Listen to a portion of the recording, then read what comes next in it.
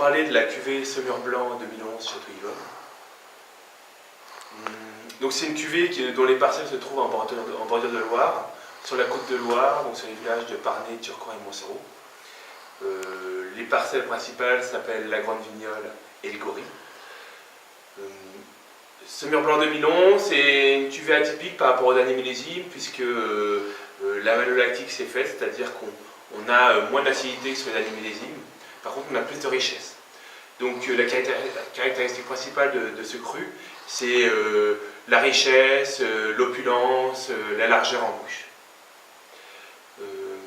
D'un point de vue travail à la vigne, donc c'est des vignes qui sont en biologique depuis maintenant 1997.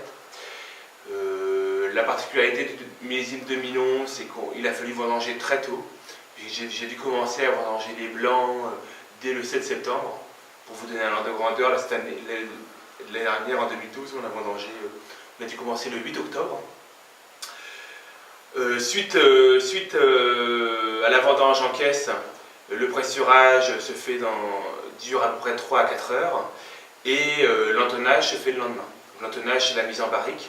Donc la fermentation se fait avec les levures indigènes qui se trouvent naturellement dans cette cave, là où on se trouve, et dure à peu près 3 à 4 mois. Donc en 2011, la fermentation s'est finie en janvier. Et puis après, l'élevage se poursuit sur les lits de la fermentation jusqu'au mois de septembre. Puis après, il y a 3 mois de cuve. Donc ce vin-là, le millésime 2011, a été mis en bouteille en décembre dernier.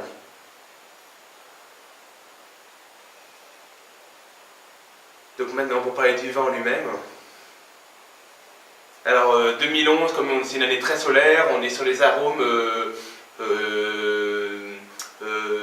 très à la fois agrumes, pamplemousse, mais on a aussi un côté légèrement exotique, avec des nuances un petit peu litchi, voire même, alors si on sur un autre panel, un petit peu, on a un côté floral qu'on avait moins, je trouve, sur le millésime 2010 et 2009.